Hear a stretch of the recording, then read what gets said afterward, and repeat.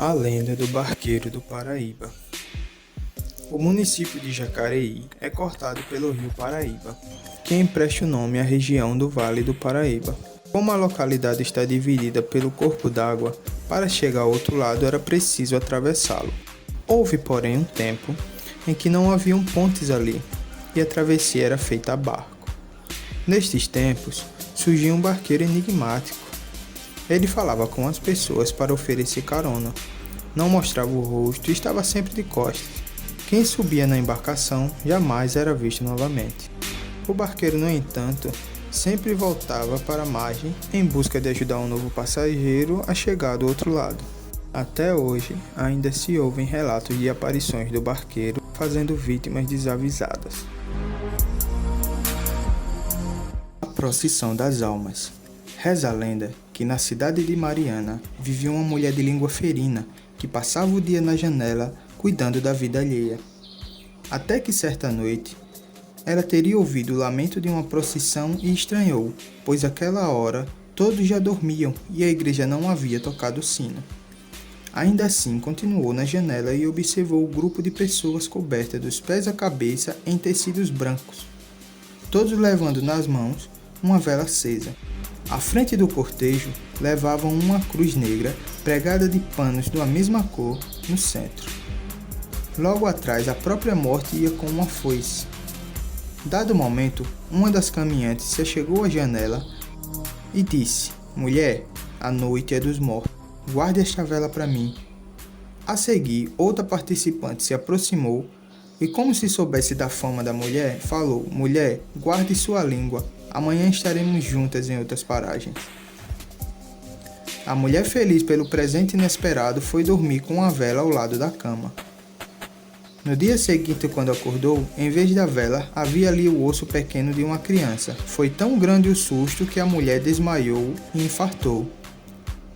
Chegaram a cuidar da fofoqueira, mas ela já estava morta. A emparedada do Recife. Na cidade do Recife, no final do século XIX, um rico e odioso comerciante da cidade descobriu que sua única filha havia engravidado de um malandro conhecido nas redondezas. Não satisfeito, o sujeito também havia se deitado com a esposa do comerciante. Para preservar a honra da família, tentou casar a filha com um primo, mas ao descobrir a história, o primo recusou a moça. O comerciante possesso atou os pés e mãos da filha com correntes, cobriu-lhe com um lençol e, com a ajuda de um comparsa, empurrou a jovem para um buraco aberto em um banheiro no próprio quarto. Ali mandou pôr tijolos e a cimentar, para emparedar a menina viva. A história é uma lenda urbana contada por muita gente na cidade do Recife.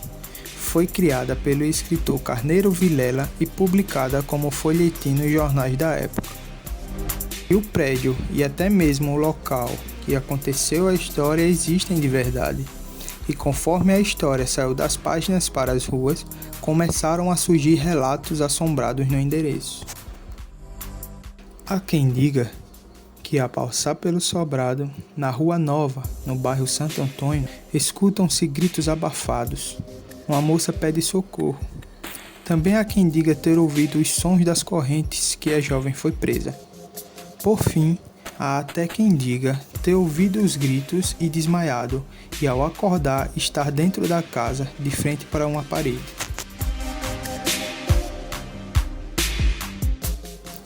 A lenda do bradador.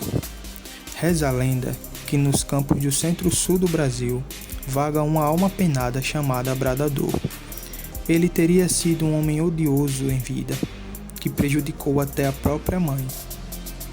Tão cruéis foram suas maldades que a própria terra rejeitou seu cadáver. Sem lugar onde o corpo descansasse e com pecados ainda a por pagar, a alma foi condenada a vagar pela terra.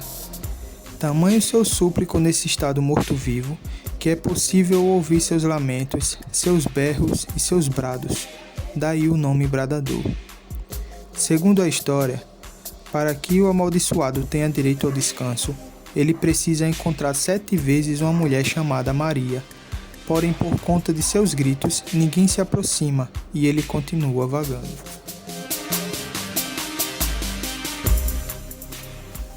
A lenda do Capelobo. O corpo parece humano, porém é coberto por longos pelos escuros. Já o rosto é semelhante a de um tamanduá. No meio da testa, possui um único olho, assim como os ciclopes. Em algumas versões, tem apenas uma perna, e em outras é bípede. Tem cascos nas patas, mas não precisa da luz da lua para a transformação. A criatura é temida por caçadores e indígenas na região amazônica, onde costuma aterrorizar as noites. A lenda guarda algumas semelhanças com o lobisomem, porém é genuinamente brasileira. O nome de capelobo, o que alguns apontam, pode ter origem no substantivo português lobo e o termo capê, possivelmente indígena, que significa torto, tortuoso. Para matá-lo, não é necessário uma bala de prata, mas sim um ferimento fulminante no umbigo. A lenda do corpo seco. Conta a história que havia entre os 7 filhos de uma rica família no interior um rapaz malcriado e birrento, que brigava na rua e trazia desordem para casa. Chegou mesmo ao absurdo de montar na própria mãe a sela do seu cavalo. Nas suas andanças, contraiu uma doença desconhecida na época, que o consumiu lentamente. O rapaz ficou trancado em casa, definhou e emagreceu. Depois veio a depressão, e a despeito da medicina continuou a piorar. Emagreceu tanto que na cidade passaram a chamá-lo de corpo seco. Ficou em tal estado que a família construiu uma casa isolada que somente a mãe tinha acesso para mantê-lo. E aqui há 2 versões para o que aconteceu. Uns dizem que pelo pecado de maltratar a mãe, nem Deus nem o diabo o aceitaram. Ficou então preso nesse plano com o corpo seco e frágil que tinha.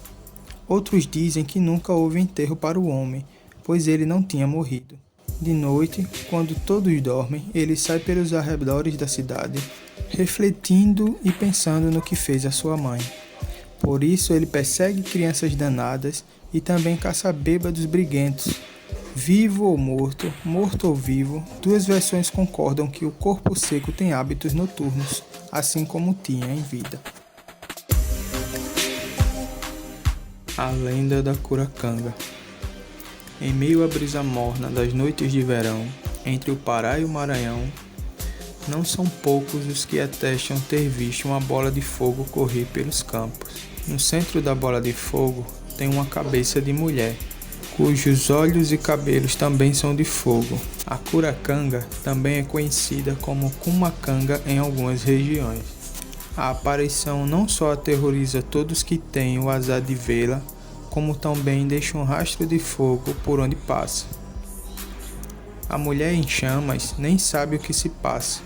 À meia-noite das sextas-feiras, ou em dias de lua cheia, a amaldiçoada deita para dormir, pega no sono, e sem ter consciência a cabeça separa-se do corpo, pega fogo e vaga por aí. Em algumas versões, a Azarenta é a 7ª filha de uma família que já teve 6 filhas. Em outras, é uma mulher envolvida com um corde e se encontra sem cabeça no corpo. A lenda de Labatut. Escuta, ele vem na ventania que já se aproxima. O vento geme longe, ele costuma aparecer nos sertões do Ceará e do Rio Grande do Norte. É o Labatut, um monstro gigante de patas redondas, cabelos revoltos, mãos compridas e pelos ásperos por todo o corpo. No rosto destaca-se presas grandes, que ficam para fora da boca e um olho único no meio da testa. O bicho, como todos os outros, tem hábitos noturnos. Percorre cidades em busca de comida quando a lua está no céu. Por isso, como escreveu Martins de Vasconcelos, é preciso cuidar do silêncio. Ele, que anda ligeiro, entrará pelas ruas rapidamente, ouvindo em cada porta, para ver quem canta, para ver quem assobia, ou até mesmo quem ressonar alto. E zás, devorará todos. A lenda do Mapinguari. O Mapinguari É uma existência monstruosa que vive nas florestas da Amazônia. Tem mais de 2 metros de altura, seu corpo é coberto por pelos vermelhos. Na cabeça possui um grande olho, isso porque sua boca está no meio da barriga. Uma boca gigante, repleta de dentes afiados. Seus braços longos são acompanhados de poderosas garras afiadas, que utiliza para matar qualquer humano ou outra criatura que cruzar seu caminho. Esse monstro possui algumas habilidades manuais. Para se defender, costuma utilizar cascos de tartaruga que às vezes faz de armadura. Diferente dos outros monstros, o Mapinguari caça de dia e dorme de noite. Sua passagem também não é nada discreta. Ele costuma rugir e derrubar as árvores por onde passa. Certamente não é um tipo de criatura que se quer encontrar em uma visita na Amazônia.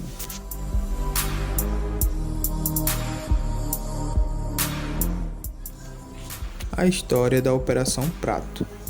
No dia 29 de outubro de 1977, um jovem casal descansava em sua casa, na Ilha do Mosqueiro, em Belém do Pará. Quando uma luz verde entrou pela janela, os dois foram lá e se depararam com um objeto oval suspenso no ar de frente para eles. A luz paralisou a moça, que estava grávida, deixando-lhe em estado de transe e com o corpo entorpecido, até que ela ensaiou desabar no chão. O marido a socorreu e tentou sair dali com ela nos braços. O objeto então passou a circular a casa com a luz entrando por todas as frestas, e nesse momento, afetando de tal modo a mulher, que suas veias clareavam e escureciam. A gritaria foi tamanha que os vizinhos vieram armados ajudar o casal, foram ao hospital e terminaram na delegacia. Um cachorro que estava por perto nesse ataque foi atingido pela luz e nunca mais latiu, contou os vizinhos. Em outros pontos de Belém, várias outras pessoas deram entrada em um hospital após um passamento provocado por uma luz misteriosa. Eles chegaram com tontura, fraqueza, febre e alguns com queimaduras de 1º grau. A história poderia fazer parte de um tema de ficção científica, mas seu lugar foi as páginas noticiadas do Jornal do Estado do Pará. Além dele, os jornais O Liberal e A Província do Pará também noticiaram o ataque. Aliás, ao longo de 1977, a luz verde e o objeto oval voador foram temas de mais de 50 notícias vinculadas nos jornais da época. Os avistamentos foram relatados em vários bairros da capital paraense e até mesmo no Maranhão. O pânico tomou conta da cidade e a prefeitura pediu apoio do regime militar. A aeronáutica assumiu o caso, considerado pelos ufólogos um dos mais importantes no território nacional. A investigação ficou conhecida como Operação Prato e, assim como o ocorrido, terminou cercada de mistérios. Um dos militares mais conhecidos pelo caso, o capitão Irangê de Holanda Lima, aportou na cidade descrente daquilo tudo. Terminou ele mesmo tendo visto o objeto não identificado. Quando Irangê de Holanda Lima encontrou o brigadeiro Protásio Lopes de Oliveira, comandante do 1º Comando Aéreo Regional, e relatou o encontro com o objeto, após meses de investigação, o superior tomou a decisão que intriga até hoje os ufólogos, mandou encerrar a operação.